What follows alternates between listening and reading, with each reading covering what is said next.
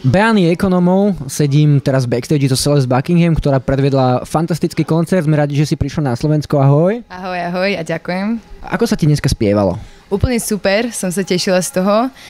Bola som trochu unavená, tak som sa bála, že jak to dopadne, ale ja som zase vždy unavená na koncertoch, bohužiaľ. Lebo toto je vždy, môj život je stíhačka, ale veľmi rada. Atmosféra bola fakt super, aj kapela súhlasí, takže to je, keď kapela súhlasí, tak to je už veľké.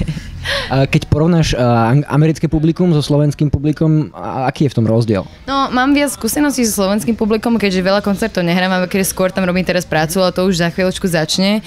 Ale neviem, akože Slováci sú skôr, že party, žúrka, Američania sú skôr, že idem si vypočuť hudbu. Takže akože podľa toho, že ako človek zahrá koncert, ja aj tak hrám tie isté pesničky, ale proste prístup k tým ľuďom a ako komunikovať s publikom, tak to je niečo iné. Akože hovorím to teraz veľmi oficiálne, ale ľudia tu chcú žúrku, ľudia tam chcú chill.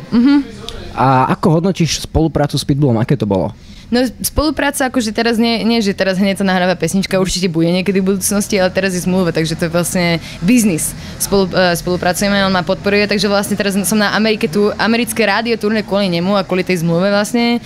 A tiež sme sa teraz stretli pred týždňom, sme boli na večeru spolu v Miami, tiež sme išli na rádiové stretnutie s ním, aby ma on odprezentoval v americkom rádiu v Miami, takže už sa veľa toho deje, ja cestujem v kúse aj v Amerike, takže som veľmi rada, že som stihla tých 6 dní tu. Ako si ho vnímala osobne ako človeka? Veľmi šikovný, veľmi chytrý a presne rozpráva tak, ako rapuje. Takže keď som sa s ním bavila, už som sa s ním už niekoľkokrát stretla, ale zase mi to hneď ako, že ahoj, ti povieš, hej, what's up a proste znie presne tak, ako znie pesniček, takže to je úplne, že bomba, úplne kúkaš, že to fakt on. A strašne taký srandovný, on taký vtipkár, takže taký pozitívny človek. Mali sme to šťastie, že sme s tebou mohli natáčať klip na track Bleeding. Ako hodnotíš prácu s nami na Slovensku? Baví ma to, bola trochu zima, keď sme točili vonku, ale super bolo v štúdiu a tak teším sa na výsledok. Ešte som to nevidela ľudia, takže teším sa na to. Čo skoro to uvidíte.